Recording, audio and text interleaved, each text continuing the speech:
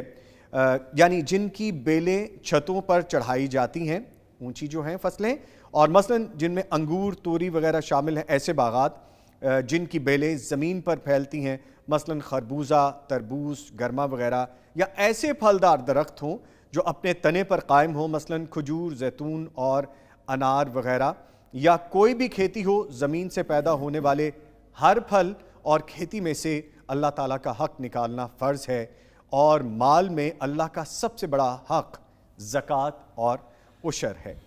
یہ جی آج کا میرا ٹاپک بھی ہے، اور آپ کو یہ آج کا پیغام بھی دینا تھا میں نے، اس پہ ہم سیر حاصل گفتگو کریں گے۔ ابھی فیض یاب ہوتے ہیں تلاوت قرآن کریم سے۔ قاری احمد یار حقانی صاحب سے گزارش کروں گا کہ ہمیں فیض یاب کریں، پلیز قاری صاحب۔ اعوذ باللہ من الشیطان الرجیم، بسم اللہ الرحمن الرحیم، یا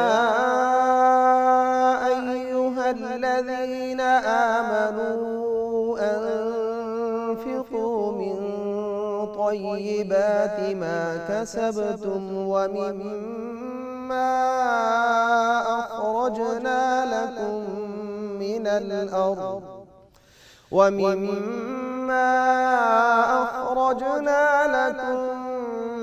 الأرض ولا تيمموا الخبيث منه تنفقون ولستم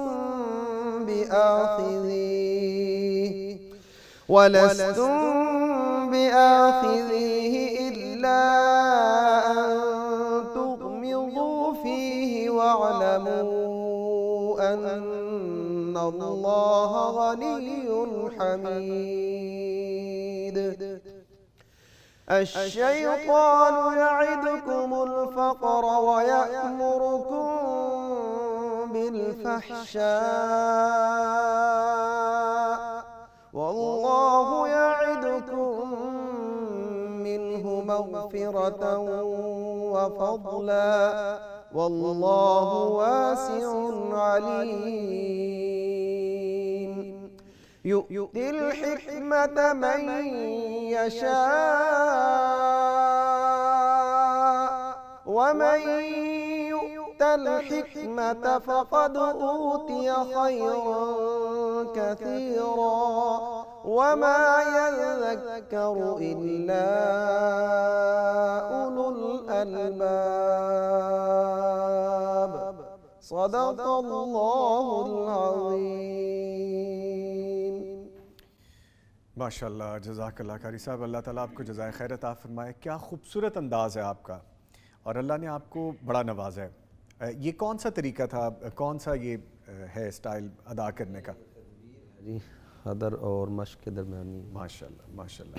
قرآن کا خاصہ ہے جی، جب آپ اس کو غور سے سنتے ہیں، اسی لیے فرمایا ہے، حکم دیا گیا ہے کہ جب قرآن کریم کی تلاوت ہو تو پورے خشوع و خضوع کے ساتھ اور پوری لگن اور پوری توجہ سے سنیں۔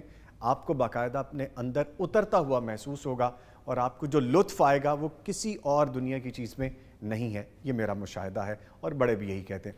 قاری صاحب، آپ کی بیٹی کی طبیعت ناساز ہے چھوٹی کی، اللہ تعالیٰ اس کو صحت کاملہ عاجلہ عطا فرمائے، اور آپ ہمیں ایسے ہی پروگرام میں آتے رہیں، اور پروگرام کے بعد بھی جیسے ہم آپ کو سنتے ہیں، آپ ہمیں ایسے ہی قرآن کریم کی تلاوت سناتے ہیں۔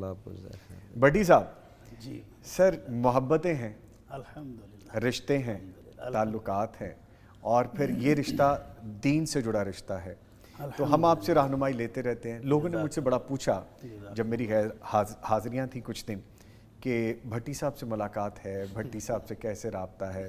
تو وہ رابطے تو دلوں کے ہیں، وہ تو رہنے ہیں انشاءاللہ تعالیٰ۔ آپ ہمیں فیضیاب کریں آج کے وظیفے سے، جو آج کا وظیفہ ہے وہ پیش کیجئے۔ بسم اللہ الرحمن الرحیم، الحمدللہ رب العالمین، والصلاة والسلام علی اشرف الانبیاء والمرسلین، اما بعد۔ نظامی بھائی، وظائف اور اعمال، اور وہ اعمال جو نبی رحمت صلی اللہ علیہ وسلم نے امت کو بتائے ہیں، ان اعمال میں ہماری دنیا اور آخرت دونوں کی خیر و بلائی بھی ہے، اس میں اللہ کی طرف سے برکتیں بھی ہیں اور رحمتیں بھی ہیں۔ بے شک۔ تو آج کا پروگرام جیسا کہ آپ نے انٹرو میں کیا، اور پھر قاری صاحب نے بھی وہی آیات بیان کی کہ اللہ نے ہمیں گندم جیسی نعمت سے نوازا ہے اور ہماری سال کی یہ بہت بڑی اہم ایک فصل ہے، اور اس سال بے وقت بارشیں ہوئیں، ژالہ باری ہوئی، تو خطرہ یہ تھا کہ اس دفعہ فصل بہت کم ہوگی، لیکن وہ مالک وہ رازق ہے، سبحان اللہ، اس نے پچھلے 10 سال سے زائد گندم عطا کی۔ سبحان اللہ۔ لوگ ڈر رہے تھے کہ فصلیں تباہ ہو گئی ہیں بارشوں کی وجہ سے، تو فصل پتہ نہیں کیا ہوگا، اور اس مالک نے ان سب کے باوجود اپنی مخلوق کو پچھلے 10 سالوں سے زیادہ گندم عطا کی۔ سبحان اللہ۔ تو آج کا جو وظیفہ کہہ لیں، نیک عمل کہہ لیں، وہ ہے شکر، کہ اللہ جب نعمتیں دے تو اس پر اس کا شکر ادا کرنا چاہیے۔ سبحان اللہ۔ تو آج ہم بات کر رہے ہیں فصلوں کی اور پھر گندم کی جو سارا سال ہماری قوم نے کھانی ہے، تو اس پر اللہ کا شکر بنتا ہے، اور اگر شکر کریں تو اس مالک کا پھر وعدہ ہے لَإِن شَكَرْتُمْ لَأَزِيدَنَّكُمْ، تم شکر کرو گے تو میں اضافہ بھی دوں گا، برکتیں بھی دوں گا، مزید دوں گا، اور دیر یہ قائم بھی رہیں گی۔ تو شکر کی 2 قسمیں ہیں، ایک ہے کہ زبان سے کہنا الحمدللہ، یا اللہ تیرا شکر، الحمدللہ، الحمدللہ۔ ایک ہے اس کا عملی شکر، اور وہ ہے عشر کی صورت میں، جس کو آج ہم ڈسکس کریں گے۔ تو وہ عشر چھوٹا سا حصہ ہے اس مالک کی رضا کے لیے، اس مالک کی ہی مخلوق کو جب دیا جاتا ہے تو وہ مالک راضی ہو کے، خوش ہو کے مزید عطا کرتا ہے۔ سبحان اللہ، سبحان۔ تو عملی شکر بھی کرنا ہے اور زبانی شکر بھی کرنا ہے، دونوں طرح شکر کریں تو رحمتیں اور برکتیں آئیں گی۔ تو زبانی شکر کے لیے بہت سارے کلمات ہیں، آپ صرف کہہ دیں الحمدللہ دل کی گہرائی سے، تو یہ بھی اس کا شکر ہے، اور اگر آمنہ کے لال صلی اللہ علیہ وسلم کے گارنٹی شدہ الفاظ زبان سے ادا کریں تو ان کی تو برکت کے کیا کہنے۔ سبحان اللہ۔ تو ایک صحابی نے یہ کلمات جب کہے تو اللہ کے نبی نے اس پر مہر ثبت کر دی کہ یہ ایسے شاندار کلمات ہیں کہ میں نے فرشتوں کو دوڑ لگاتے ہوئے دیکھا ہے کہ اللہ کے سامنے جا کر پیش پہلے کون کرے گا، اور وہ کلمات ہیں الحمدللہ حمدن کثیرن طیبن مبارکن فیہ مبارکن علیہ کما یحب ربنا ویرضا، کہ اللہ سب شکر تیرا ہے، سب تعریفیں تیری ہیں، پاکیزہ اور بار برکت تعریفیں۔ اللہ یہ جو برکت اور خیر کے کلمات نے مجھے سکھائے ہیں، اللہ ان کی برکت اور تیرے شکر کی توفیق میرے اوپر قائم بھی رہے اور تا دیر قائم رہے، انشاءاللہ، اور میں ایسا شکر کرتا رہوں، ایسی تعریفیں کرتا رہوں کہ میرا رب راضی ہو جائے، میرا رب خوش ہو جائے۔ تو یہ کلمات زبان سے ادا کریں اللہ کی ہر نعمت کے حصول پر۔ سبحان اللہ۔ جیسے ابھی گندم کی فصل آئی ہے تو ہر کسان عشر دینے کے ساتھ ساتھ زبان سے بھی اپنے رب کی حمد کرے، اس کی تعریف کرے، شکر ادا کرے، تو انشاءاللہ اگلی جو فصل ہوگی وہ اس سے بھی شاندار۔ سبحان اللہ، سبحان تو یہ سب کے لیے ہے، جن کے پاس گندم ہے، جن کے پاس گنا ہے، جن کے پاس جو ہے، جو مکئی کاشت کرتے ہیں، اور جو ان کو خریدتے ہیں، بیچتے ہیں، جو کھاتے ہیں، سب یہ کلمات کہیں الحمدللہ حمدن کثیرن طیبن مبارکن فیہ مبارکن علیہ کما یحب ربنا ویرضا۔ تو یہ اس کے شکر کے نہایت جامع اور خوبصورت الفاظ ہیں۔ سبحان اللہ۔ اللہ ہم سب کو توفیق دے کہ ہم آمین۔ شکر گزار بن جائیں۔ آمین، آمین، جزاک اللہ خیرہ، بہت شکریہ بھٹی صاحب۔ اور بڑا مزہ آتا ہے کہ جب ہم اپنے دین کی اس طرح سے اسٹڈی کرتے ہیں، رہنمائی لیتے ہیں، آپ جیسے ماشاءاللہ ہستیاں ہمارے پاس اللہ موجود تعالیٰ ہوتی ہیں۔ برکت دیجیے آپ کو۔ آمین، آمین۔ لیں سر، آج کے سوالات ہیں اور میرے خیال میں کافی سوالات ہیں۔ چلیں بسم اللہ، بسم اللہ کرتے ہیں جی، ایک ایک کر کے۔ جی۔ پہلا سوال ہے، پوچھا ہے میری 8 بیٹیاں ہیں ماشاءاللہ اور 2 بیٹے ہیں، 6 بیٹیوں اور 2 بیٹوں کی شادی ہو چکی ہے، چھوٹی 2 بیٹیاں رہتی ہیں، شادیوں پر کسی بیٹی کو ہم نے 8 تولے زیور ڈالا تو کسی کو 6 یا کم زائد بھی انہوں نے ڈالا ہے۔ اب میں اپنی ان چھوٹی 2 بیٹیوں کو بڑی بیٹیوں اور بیٹوں سے زائد زیور دینا چاہتی ہوں۔ محبت کا عالم ہے جی، چھوٹی لاس میں محبت زیادہ ہوتی ہے، محبت ہے ہاں جی، لیکن یہ کہ لڑائی نہ پڑ جائے کہیں کہ بڑوں میں اور اس چھوٹوں کو میں، تو رکھنا نا سامنے، ذہن میں رکھنا۔ کیا شادی پر دیے گئے اس زیور میں یوں کمی بیشی اور فرق کرنا جائز ہے؟ ہاں، عموماً ہمارے ہاں والدین اپنی حیثیت کے مطابق ہر بچے کی شادی پر خرچ کرتے ہیں۔ جی، مثلا ایک بچے کی شادی اگر 10 سال پہلے ہوئی ہے تو دیکھنے میں اس کی شادی پر مثال کے طور پر ہم کہتے ہیں جی 5 لاکھ خرچہ آیا تھا، اور 10 سال بعد جس بچے کی شادی ہو رہی ہے ہو سکتا ہے 50-60 لاکھ اس کی شادی پر خرچہ آئے، تو وہ دیکھنے میں لگتا ہے کہ یہ تو بہت زیادہ خرچہ ہے، میری شادی پر تو آپ نے کچھ بھی نہیں کیا، حالانکہ 10 سال پہلے کے 5 لاکھ اور آج کے That 50 makes لاکھ sense. یہ سوچ اگر سامنے آ جائے تو پھر فرق کم ہو جاتا ہے. کرنسی ویلیو وہ ساری چیزیں سمجھ. لیکن یہ چیز ہم دیکھتے نہیں ہیں نا, ہمیں دیکھتی ہے مقدار. جی تو پھر بچوں میں یہ ایک طرح کا حسد پیدا ہوتا ہے, بہن بھائیوں کے اندر دشمنی اور ناراضگی پیدا ہوتی ہے. اس لیے شریعت نے جو رول دیا ہے وہ یہ ہے کہ اتقوا اللہ وعدلوا بین اولادکم. اولاد میں جب تحفے دیں گے, یہ شادی پر تحفہ ہی دیا ہے نا, یہ کوئی وراثتی حق تو ابھی نہیں دے رہا ہے نا, وراثت نہیں دے رہے, یہ تو تحفہ ہے, گفٹ ہے والدین کی طرف سے. تو اس گفٹ دینے میں اولاد میں برابری کرنی چاہیے. لیکن اگر وہ چھوٹے بہن بھائی ہیں اور بڑے سب کہتے ہیں جی یہ ہمارے بھائی ہیں, آپ ہم سے دگنا دیں, بلکہ ہم بھی اب چونکہ کما رہے ہیں تو ہم بھی دیتے ہیں, تو پھر کوئی حرج نہیں. اور اگر باقی فیل کر رہے ہیں, بڑی 2 بہو ہیں وہ فیل کر رہے ہیں کہ ہماری شادی پر تو کچھ بھی نہیں ہوا تھا, یہ کیا ہو رہا ہے, تو پھر والدین کو اگر اللہ نے استطاعت دی ہو تو ان کو بھی برابر کر دیں. ان بچیوں کو 20-20 دے رہے ہیں تو ان کو بھی 20-20 کے قریب لے آئیں, یا 20-20 پورا کر دیں تاکہ وہ بھی خوش ہو جائیں, تاکہ ان کے اندر جو حسد اور شیطان دشمنیاں پیدا کرتا ہے یہ پوری عمر ختم نہیں ہوتی. اور پھر آپ دیکھتے ہیں کہ کیسے کیسے حادثات ہو جاتے ہیں, نسل در نسل چلتے ہیں حادثات, شدید ترین حادثات حسد کی وجہ سے.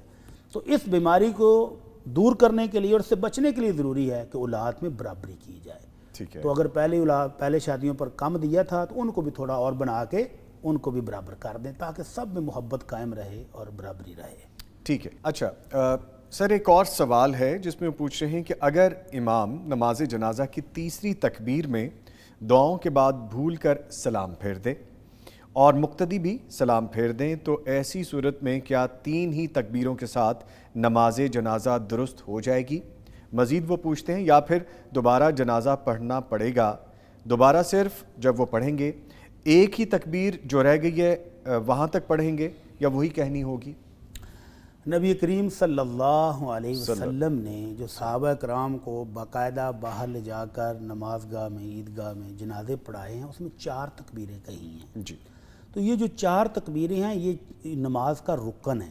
اگر ان میں سے کوئی ایک آدھ رہ جائے تو اس کا مطلب ہے نماز ابھی ناقص ہے. اگر کسی شخص نے جان بوجھ کر 3 تکبیروں کے بعد سلام پھیرا تو اس کی نماز باطل ہے, اس کو دوبارہ نئے سرے سے پڑھنی پڑے گی. ٹھیک ہے.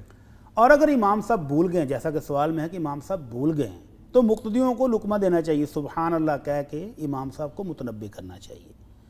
اگر امام صاحب کو بھی یاد آ گیا کہ ابھی ایک تکبیر رہتی ہے اور انہوں نے وہ 4تھی تکبیر بھی کہہ لی اور سلام پھیر دیا تو الحمدللہ سب کی نماز پوری بھی ہوگی, صحیح بھی ہوگی. اور نماز جنازہ میں بالاتفاق علماء کرام کے سجدہ ساو نہیں ہے. جو بھول گئی اور بھول کو پورا کر لیا ہے تو بس نماز صحیح ہے. اور اگر کسی نے جان بوجھ کر کی تو باطل ہے, نماز نئے سرے سے پڑھنی پڑے گی.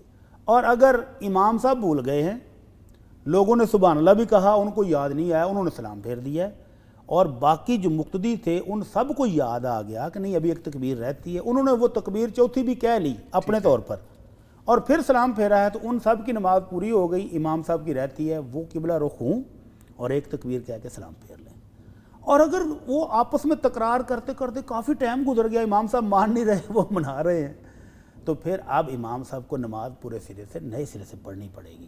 اور اگر یاد ہی اس وقت آیا, کسی نے جا کر یاد کرایا جب وہ دفن کر چکے تھے کہ امام صاحب آج آپ نے 3 تکبیریں کہی ہیں, کہتے ہیں 3, تو اس کا مطلب سب کی 3 ہوئی تھی, تو پھر اب نئے سرے سے اس کو قبر کے اوپر کھڑے ہو کر سب جنازہ پڑھے. اللہ اکبر. تو یہ 4تھی تکبیر رکن تھا جو ختم ہو گیا ان سے. اگر جان بوجھ کر کرے تو نماز باطل ہے, نہیں پڑھنی پڑے گی. اور اگر غلطی سے ہو گیا اور وہ فوری 4تھی تکبیر پوری کرنی ممکن ہو, ابھی جنازہ پڑا ہے, لوگ فوراً قبلہ رخ دوبارہ ہوں اور ایک تکبیر کہہ کے سلام پھیریں تو پوری ہو گئی. اور اگر یاد ہی بہت دیر بعد آیا تو پھر قبر پر جا کر دوبارہ نئے سرے سے جنازہ پڑھنا پڑے گا. بٹی صاحب اگر ایسا نہیں کیا جاتا, جا کے قبر پہ نہیں جنازہ پڑھا جاتا اور 3 کے ساتھ ہی وہ گھروں کو چلے گئے تو جنازہ نہیں ہوا. اللہ اکبر. اللہ جنازہ نہیں ہوا, نماز باطل ہو گئی. تو اس میت کے لیے پھر دوبارہ سے جب ان کو پتہ چل جائے, سارے لوگ نہیں پہنچ سکتے, تو اس کے جو اپنے عزیز و اقارب ہیں وہ جائیں اور قبر پر اس کا جنازہ پڑھیں, اس کا حق ہے یہ میت. ٹھیک ہے. ٹھیک ہے. اگلا سوال ہے جی, کیا عورت مخصوص ایام میں ویڈیو یا آڈیو کے ذریعے قرآن کریم کی تلاوت سن سکتی ہے؟ ویسے ہم بہت مرتبہ اس کا بتا چکے ہیں لیکن پلیز آپ بتا دیجیے۔ سننے میں تو کوئی رکاوٹ نہیں جی، پڑھنے میں اختلاف۔ ہاں جی، اللہ کے نبی صلی اللہ علیہ وسلم نے منع کر دیا کہ لا تقرأ الحائض ولا الجنوب شیئا من القرآن، جنبی شخص اور حائضہ عورت قرآن مجید کی تلاوت نہیں کریں گے، اور ان میں سے بھی جو حافظ قرآن ہیں ان کی منزل بولنے کا خدشہ ہو تو علماء کرام کہتے ہیں کہ وہ زبانی اپنی منزل نکال لیں، لیکن سننے میں تو کوئی اختلاف ہے ہی نہیں۔ معذرت کے ساتھ کاٹ رہا ہوں آپ کو، زبانی اپنی منزل نکال یعنی وہ پڑھ سکتے ہیں۔ جو حافظ قرآن خواتین ہیں، مرد ہیں، مردوں کو تو خیر جنبی حالت میں تھوڑا سا وقفہ ہوتا ہے، وہ نہا لیں گے۔ خواتین جو حائضہ ہیں ان کو 8-10 دن کا وقفہ ہے، حافظیں ہیں، حفظ کر رہی ہیں، سبق بھولنے کا خدشہ ہے، تو ان کے لیے اجازت ہے کہ وہ زبانی اپنی منزل نکال لیں، کسی کو سبق سنا لیں، اس سے درائی کر لیں، لیکن قرآن مجید کو ہاتھ میں لے کے نہ پڑھیں۔ اور سننے میں تو کوئی مسئلہ ہی نہیں ہے نا، وہ تلاوت لگی ہوئی ہے، آڈیو ہو ویڈیو ہو، کانوں سے سننا سنتی رہیں۔ اور ام المومنین عائشہ رضی اللہ تعالی عنہا فرماتی ہیں کہ نبی رحمت صلی اللہ علیہ وسلم جن دنوں میں نے نماز نہیں پڑھنی ہوتی تھی، آپ میری گود میں سر رکھ کے تلاوت کیا کرتے تھے۔ سبحان اللہ، تو یہ سب سے بڑی دلیل ہے کہ سننے میں تو کوئی رکاوٹ ہے سبحان نہیں۔ اللہ۔ تو ان دنوں میں قرآن مجید سننا چاہیے، بلکہ اور ہمارے جو جادو جنات والے آتے ہیں نا، وہ بتاتے ہیں کہ سب سے زیادہ جادوگر کا جادو کب چلتا ہے؟ جب خواتین نماز نہیں پڑھ رہی ہوتی، اللہ اکبر۔ تو وہ جب پاکیدگی کے دن ہوتے ہیں تو جادو بہت کم اثر کرتا ہے، اور جب پاکیدگی کے دن نہیں ہوتے تو جادو بہت جلدی اثر کرتا ہے۔ تو ان دنوں تو ان کو اس طرح کے کام کرنے چاہیے، قرآن مجید کی تلاوت سننی چاہیے تاکہ اس طرح کے شر سے وہ محفوظ رہ سکیں۔ بڑی صاحب جب ایسی گفتگو سنتے ہیں تو کتنا لطف آتا ہے کہ کتنا خوبصورت دین ہے ہمارا، ماشاءاللہ اللہ نے کتنی عنایات رکھی ہوئی ہیں ہم پر، اور ہم پھر بھی عمل نہ کریں تو ہماری کوتاہی ہے، وہ کوتاہی ہماری ہے، ہماری شریعت تو کامل ہے۔ ٹھیک ہے سر، اگلا سوال ہے، ہمارے معاشرے میں رائج آٹا پیسنے کے عوض 2 اجرتوں نقدی اور کاٹ یعنی آٹے کی مخصوص مقدار رکھنے کا شرعی حکم کیا ہے؟ یہ ویسے آپ کو اس کا اندازہ ہے کہ یہ کیا کرتے ہیں چکی والے؟ آٹا پیسنے والے آپ نے کبھی گئے نہیں؟ سر اب یہ راز کی باتیں کھولیں نا آپ یہاں پہ۔ چکی والے گاہک کے کسٹمر کے ساتھ 2 طرح کا فراڈ کرتے ہیں۔ جی، آپ گندم لے کر گئے ہیں اپنی کہ سر یہ میری گندم ہے، اس کو پیس دیں، تو وہ چپکے سے آپ کا 1 من 2 من جو گندم آپ نے دی، فی من کے حساب سے 2-3 کلو آٹا درمیان سے نکال لیتے ہیں۔ جب آپ کو تول کے بیک واپس دیتے ہیں نا، آپ نے من گندم دی اور وہ آپ کو 37 کلو دے رہے ہیں۔ اچھا، کیوں دے رہے ہیں بھائی؟ یہ کیا ہے؟ کہتے ہیں جی وہ جو مشین کے اندر رہ جاتا ہے نا، باہر نہیں آیا، تو وہ ہم نے کاٹا ہے۔ اچھا، اور پسوائی کے پیسے الگ سے لیتے ہیں فی من کے حساب سے۔ تو یہ سوال ہے کہ یہ 2 طرح کا کیوں؟ یا تو پیسے لے لیں کہ من کے بجے ہم 50 روپے یا 100 روپے یا 200 روپے لائیں، اجرت لے لیں اپنی، ٹھیک ہے۔ یا کہیں کہ جی آپ من گندم لے کے آئے ہو اور یہ 3 کلو میں گندم نکال کے سائڈ پہ رکھنے لگا ہوں، 37 کلو آپ کو پیس کے دوں گا، پھر بھی ٹھیک ہے۔ تو وہ کہتے ہیں نہیں، آپ سے ہم 200 روپیہ بھی لیں گے، اور گندم آپ کی پوری 40 کلو مشین میں ڈالی آپ کے سامنے، اور جب آٹا پیس کے واپس آ گیا تو اس میں سے 3 کلو کاٹ کے نام پر کاٹ لیا۔ اوہ اچھا، دونوں طرف سے فائدہ لینا۔ ہاں، تو یہ دھوکہ ہے، فراڈ ہے۔ ٹھیک ہے، اس کو کہتے ہیں کفید الطحان۔ پرانے دور میں وہ پتھر کی چکیاں ہوتی تھیں، اس کے اندر کچھ نہ کچھ آٹا رہ بھی جاتا تھا، سارا باہر نہیں آتا تھا۔ تو اس میں منع کرنے کی وجہ یہ تھی کہ ایک شخص نے ڈھیر لگا ہوا گندم کا، اور گندم پیسنے والے کو کہتا ہے کہ یہ ساری گندم پیس دو تو 1 کفیز تمہیں دوں گا، ٹھیک ہے۔ اور وہ کفیز ایک پیمانہ ہوتا تھا جس میں کم و بیش 1 من یعنی 40 کلو کے قریب گندم آتی تھی۔ تو وہ کہتا تھا یہ ساری پیسو اور تمہیں اجرت کے طور پر 1 کفیز دوں گا، ٹھیک ہے۔ اب اجرت تو اس کی طے ہے، اور جو محنت اس نے کرنی ہے وہ ان لمیٹڈ ہے، وہ پتہ ہی کوئی نہیں 10 من ہے، 20 من ہے، 15 من ہے، کتنی ہے۔ تو اس جہالت کی وجہ سے کہ معلوم نہیں، مقدار معلوم نہیں ہے، اس کی محنت کتنی ہے اور اجرت اس کو کتنی تھوڑی دیر ہے، تو اس وجہ سے شریعت نے منع کر دیا کہ ایسا نہیں ہوگا۔ پہلے طے کریں کتنے من ہے اور کتنی اجرت دو گے۔ اور دوسری وجہ کچھ علماء کرام نے یہ کہا کہ جب وہ آٹا پیس رہا ہے، گندم پیس رہا ہے، تو وہ پیسنے کا عمل ہی اس کی اجرت ہے، تو یہ اجرت فاسد ہے، اجرت الگ سے ہونی چاہیے۔ ٹھیک ہے۔ تو 2 طرح سے اس میں اس کے منع ہونے کی وجہ ہے، ایک تو یہ کہ اجرت طے نہیں ہے اور مقدار طے نہیں ہے۔ اس غرر کی وجہ سے شریعت ہر اس کام کو غلط کر دیتی ہے، غلط قرار دے دیتی ہے جس کے اندر کسی ایک فریق کے ساتھ فراڈ ہو رہا ہو، جس کو دھوکہ ہو رہا ہو۔ تو یہاں گندم پیسنے والے کے ساتھ بھی فراڈ ہے اور ہمارے ہاں یہ جو نئی چکیاں ہیں الیکٹرانک، اس میں تو چکی والا فراڈ کر رہا ہے کسٹمر کے ساتھ، تو اس لیے یہ منع ہے۔ اس میں سادہ اور سمپل طریقہ یہ ہے کہ اجرت پہلے سے طے کریں کہ بھائی جان ہم 200 روپے من کے لیں گے اور پورا من پیس کر دیں، ٹھیک ہے۔ اور اگر گندم میں سے لینے ہیں، پیسے نہیں لینے، تو پہلے گندم اس میں سے نکال لے کہ لو جی 5 کلو گندم جو ہے وہ میں اجرت لوں گا اور باقی 35 کلو من میں سے آپ کو دوں، تو ٹھیک ہے۔ لیکن اگر وہ کہے جی پیسے بھی لوں گا اور جو آٹا ہے 40 کلو اس میں سے 3 کلو آٹا نکالوں گا، تو پھر یہ غلط ہے، یہ درست نہیں ہوگا۔ اچھا، اب اس میں 2-3 صورتیں بٹی صاحب جیسے آپ فرما رہے ہیں، ایک تو یہ اجرت پہلے طے کر لیں، دوسرا یہ ہے کہ آپ اس کے عوض جو آپ آٹا یا گندم لینا چاہ رہے ہیں وہ طے کر لیں، یا پھر اگر دونوں کے باہمی جو ان کی آپس میں مشورے کے مطابق، رضامندی کے مطابق وہ اجرت بھی لے اور پھر اس میں سے حصہ بھی لینا چاہے، اگر یہ طے پا جائے دونوں میں، طے پا جائے، شریعت نے جب کہہ دیا کہ یہ منع ہے تو پھر انہوں نے کہا اس غلط کام پر اگر اتفاق ہو بھی جائے تو بھی غلط ہے، یہ غلط ہے، ٹھیک ہے۔ یعنی یا تو اجرت لے سکتے ہیں یا اس میں سے گندم یا آٹا لے سکتے گندم لے، آٹا نہیں گندم لے سکتے ہیں، گندم پہلے سے لے لے اوکے، اور باقی اس کو پیس دے۔ ٹھیک ہے، بالکل واضح ہو گیا جی۔ اگلا کویسچن ہے، شوہر بیوی کو ٹھیک طرح سے خرچہ نہیں دیتا اور نہ ہی اسے کام کرنے دیتا ہے۔ بیوی اگر اپنے بچوں کی ہی کسی ضرورت کو پورا کرنے کے لیے شوہر کو بتائے بغیر گھر کی کوئی چیز یا بچوں کے نام پر پڑی ہوئی زمین بیچ کر وہ ضرورت پوری کرتی ہے تو کیا ایسا کرنا جائز ہے؟ اللہ اکبر، یہ ہمارے معاشرے میں عجیب و غریب قسم کا ماحول ہے۔ کچھ لوگ ہمارے پاس آتے ہیں ایسے کہ خامد کہتا ہے کہ میری دولت کافی ہے، میری کمائی کافی ہے، اور بیگم کہتی ہے میں نے جاب کرنی،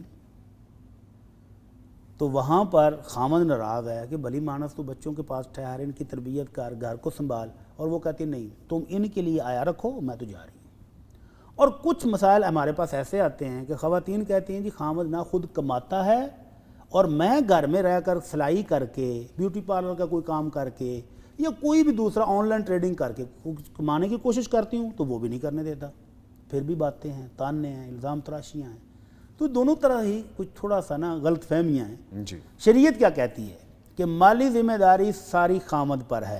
صحابی رسول نے پوچھا صلی اللہ علیہ وسلم ما حق زوجۃ احدنا علیہ، اللہ کے رسول ہماری بیویوں کا ہم پر کیا حق ہے؟ آپ نے فرمایا ان تطعمها اذا طعمت وتقسوها اذا اغتسلت، کپڑے اور خرچہ بیوی کا کھانے پینے کا یہ خامد کے ذمہ ہے، اپنے کپڑے بنائے تو اس کو بھی بنا کر دے، خود جو کھا رہا ہے تو اس کو بھی کھلائے، تو یہ معاشی ذمہ داری خامد کی تھی، بیوی کی ہے ہی نہیں۔ اور اگر وہ پورا نہیں کر پا رہا، مال اس کے پاس ہے لیکن کنجوسی کرتا ہے، بخل کرتا ہے، تو پھر بیوی اس کو بتائے بغیر گھر کے اندر جو مال موجود ہے اس میں سے لے بھی سکتی ہے، لیکن کب؟ جب واقعتاً وہ ضرورت مند ہو، لگژری زندگی کے لیے نہیں، ضروریات کے لیے، اور وہ بھی بالمعروف۔ حضرت ابو سفیان رضی اللہ تعالیٰ عنہ لیڈر ہیں مسلمانوں کے، جی، ان کی زوجہ محترمہ آئیں اور کہنے کہ اللہ کے نبی آپ کے صحابی بڑے سنبھال کے خرچ کرنے والے ہیں، اتنا نہیں دیتے کہ مجھے اور میرے بچوں کے لیے وہ کافی ہو جائے، تو کیا گھر میں موجود ان کے مال میں سے بتائے بغیر لے سکتی ہوں؟ تو آپ نے فرمایا خودی ما یکفی کی و بنی کی بالمعروف، معاشرے میں جو رواج ہے، جتنا خرچہ چل رہا ہے اس کے مطابق اگر نہیں دے رہا تو اتنا سا لے لو۔ اب یہ جو سوال ہے نا اس میں خطرناک بات ہے جی بالکل، میں اسی کہ طرف اگر آنے وہ والا تھا۔ بچوں کا پلاٹ پڑا تھا یا زرعی زمین پڑی تھی اور بیوی بیچ دے، تو یہ معروف ہمارے ہاں نہیں چلتا کہ اتنا بیوی اپنے آپ کر لے۔ اگر ان کا پلاٹ انہوں نے رکھا تھا کہ بچے بڑے ہو رہے ہیں، گھر بنائیں گے، اور بیوی بیچ دے تو پھر تو لڑائی ہے نا۔ تو معروف یہ ہے کہ ان کی عام ضروریات، تعلیمی ضروریات ہیں، کھانے پینے کی ضروریات ہیں، وہ خامد پورا نہیں کرتا تو بیوی اگر خود کما کے پورا کرنا چاہتی ہے تو بھی شریعت میں اتنی گنجائش موجود ہے۔ بہت ساری صحابیات ہنرمند تھیں، وہ گھر میں چیزیں بنا کر بیچتی تھیں اور اپنے خامد کو سپورٹ کرتی تھیں، تو یہ بھی کر سکتی ہیں۔ اور اگر گھر میں کوئی ایسی چیز ہے کہ جس کو بیچ کر کوئی ضرورت کی چیز پوری کی جا سکتی ہے تو کر لیں، لیکن کب؟ جب وہ ہمارے عرف کے مطابق کرنا ممکن ہو۔ اور اگر خامد ایسا ہو کہ وہ کہے ہاں میں نے ادھر 500 روپے رکھا تھا وہ کدھر گیا، اور اسی پر جنگ شروع ہو جائے، تو پھر بیوی کو احتیاط کرنی چاہیے، اس کو اعتماد میں لے کر اس کو بتایا کہ بھائی ذمہ داری تمہاری ہے، بچوں کی یہ ضرورت آن پڑی ہے پوری کرو۔ اور اگر بیوی زوجہ محترمہ نے خامد کو بتائے بغیر ہی وہ پلاٹ، وہ زرعی زمین بیچ دی اور بیٹوں کو گاڑیاں لے دیں تو پھر میرا خیال ہے حالات خراب ہو۔ یہ ضرورت نہیں، یہ آسائشیں ہیں نا ان کے لیے کرنا۔ ویسے بٹی صاحب میرا بھی ایک کویسچن ہے کہ ایسے مرد، پتہ نہیں کیسے مرد کہ جو اپنے گھر، اپنے بیوی بچوں کا خرچ پورا نہیں کرتے۔ صاحب آپ کو کیا بتاؤں، رمضان میں ایک خاتون نے مجھے یہ فون کر کے بتایا کہ 25 سال ایک دو دن کی بات نہیں ہے. 25 سال ہو گئے ہیں میرا خامند گھر میں بیٹھا ہے اور میں اس کو کھلا رہی ہوں. ٹھیک ہے بھٹی صاحب، اگلا سوال جو ہے وہ شامل کرتے ہیں کہ شوہر نے اپنی بیوی کو ایک طلاق دی، عدت کے دوران رجوع نہیں کیا اور نہ ہی دوسری طلاق دی. اب عدت گزرنے کے بعد خاتون نے خلا لے لیا، اس صورتحال میں کیا اب واپسی کی کوئی گنجائش موجود ہے؟ پہلی بات تو یہ بتائیں کہ یہ طلاق دی خامد نے، جی یعنی وہ بھی جلد باز تھا. جی. بیوی نے خلا لے لیا، اس کو بھی بڑی جلدی تھی. تو اب کیا ہے؟ اب صلح کی بھی جلدی ہے. تو یہ اسلامی شریعت کے ساتھ مذاق نہیں ہے. اللہ اکبر. اللہ رب العزت نے خاندان کو بچانے کے لیے آخری حال بھی یہی کہا وَالصُّلْحُ خَيْرٌ، کہ میاں بیوی میں صلح بہترین حال ہے. کچھ لے کے، کچھ دے کے، کچھ کمپرومائز کر کے، کچھ برداشت کر کے اس گھر کو بچاؤ. اور ہمارے ہاں شیر جوان توڑنے میں سب سے پہل کرتے ہیں، اور جتنے سٹیپ رکھے تھے صلح کے وہ سارے چھوڑ کے آخری پر جا کر کھڑے ہو جاتے ہیں کہ تینوں طلاقیں کٹیں. یہاں تو یہ پھر بھی اچھا ہے کہ اس نے ایک طلاق دی، اور شریعت یہی چاہتی ہے. اب طلاق و مرتان، اللہ کا قرآن کہتا ہے کہ طلاق 2 مرتبہ دینی ہے. ایک مرتبہ دی ہے، جی زندگی میں نباہ نہیں ہو سکا تو ٹھیک ہے چھوڑ دو، ختم ہو گیا رشتہ. عدت کے اندر اگر صلح نہیں کی، رجوع نہیں کیا تو یہ رشتہ ختم ہے. دوسری دینے کی ضرورت ہی نہیں. دوسری نہ دیں گے تو اس کا فائدہ یہ ہوگا کہ جیسے یہ ابھی صلح کا پھر چانس بن گیا ہے، جی تو ایک طلاق دینے کی صورت میں ان کے پاس یہ چانس تھا کہ یہ دوبارہ نیا نکاح کر کے تو کٹھے پھر ہو جائیں. ٹھیک ہے. تو ہمارے ہاں یہ جو رائج ہے نا کہ 3 طلاقیں 3 مہینوں میں وقفے سے دینی ہی دینی ہے پھر نکاح ختم ہوتا ہے، یہ غلط ہے، شریعت کا مذاق ہے.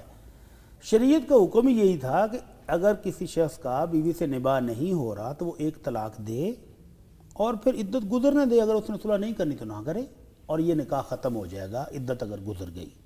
ہمارے ہاں یہ جو 3 طلاقوں کا رواج ہے، 3 اسٹامپ نوٹس بھیجنے کا، یہ سراسر شریعت کے خلاف اور غلط ہے. یہ کیوں اپنا لیا گیا بھٹی پتہ صاحب؟ نہیں کس نے یہ راج کیا ہے کہ جب تک 3 نوٹس نہ جائیں وہ یونین کونسل والے بھی طلاق کو کنفرم نہیں کرتے، عدالت بھی اس کو کنفرم نہیں کرتی، اور عورت کو اس وقت تک فارغ ہی نہیں کرتے جب تک 3 طلاقیں نہ دلوائیں. یعنی ٹوٹلی گھر اجاڑنے کے بعد پھر ان کو عقل آتی ہے کہ نہیں یہ تو غلط ہو گیا. تو شریعت نے کہا تھا ایک طلاق دو، اگر نہیں رکھنا تو عدت گزرنے دو، ختم. تو اس بھائی نے ایک طلاق دی، عدت کے اندر رجوع نہیں کیا تو نکاح ختم ہو گیا تھا. دوسری طلاق کی ضرورت ہی نہیں ہے، نکاح ہی ختم ہو گیا ہے. جی. اور اب اس نیک بی بی نے جو خلا لیا ہے تو وہ بھی عجیب و غریب صورتحال ہے کہ جس شخص کے نکاح سے یہ فارغ ہو چکی ہے اس سے خلا لینے کا مطلب کیا ہے؟ پہلی طلاق دی، عدت ختم ہو گئی، نکاح بھی ختم ہو گیا.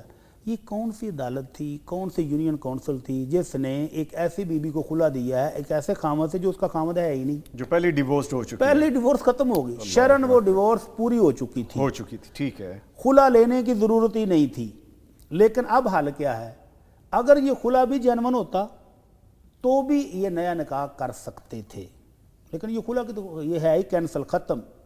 لیکن وہ جو طلاق دی تھی وہ عدت گزر گئی اور دوسری طلاق اس نے دی نہیں تھی، تو اس میں بھی شریعت نے یہ حق دیا ہے کہ عدت گزرنے کی صورت میں یہ دوبارہ نکاح کر کے اکٹھے ہو سکتے ہیں، خالی صلح سے نہیں، نئے حق مہر کے ساتھ گواہوں کی موجودگی میں نیا نکاح ہوگا اور یہ دونوں میاں بیوی دوبارہ اکٹھے ہو سکتے ہیں. اور اب اس صورتحال میں اس صورتحال میں بھی جی خلا تو میں کہہ رہا ہوں ویسے ہی باطل ہے، فضول ہے. ٹھیک ہے. وہ تو ایسے ہی جیسے راہ جاتی کسی خاتون کو بندہ کہا جائے تجھے طلاق، وہی تیری بیوی ہے جو طلاق دے رہا ہے. اب تو رہی نہیں وہ بیوی، رہی نہیں ہے. یا بیوی کہے کہ میں نے اس سے خلا لے لیا، بھائی تو اس کی بیوی ہے نہیں تو خلا کیسے لے لی ہے؟ تو وہ خلا والا معاملہ تو بالکل ہی ایسے ہی سائڈ پہ کر دیں.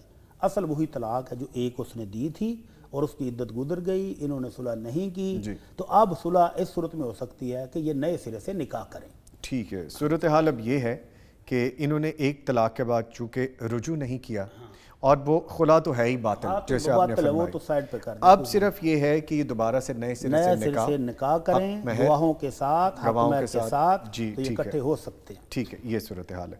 ٹھیک ہے بھٹی صاحب، سوال چونکہ کافی تھے، ہم نے میکسیمم کوشش کی کہ سب کے جواب دے دیں، لیکن جو رہ گئے ہیں وہ اگلے پروگرام میں سے انشاءاللہ. اس کے ساتھ ہی مفتی مولانا محمد اجمل بھٹی صاحب، سر آپ کا میں شکریہ ادا کروں گا، آپ تشریف لائے. قاری احمد یار حقانی صاحب، سر آپ تشریف لائے، آپ کے بھی آنے کا بہت شکریہ. لیکن جی پروگرام ابھی جاری ہے اور ہمیں ایک وقفے کی طرف جانا ہے، پھر ہم دوبارہ واپس آئیں گے بریک کے بعد، اور آج کے ٹاپک کو ہم عشر کے حوالے سے جو فصلوں کی کٹائی پہ ہے اس کے بارے میں ہم ڈسکس کریں گے. ملتے ہیں ایک چھوٹے سے بریک کے بعد.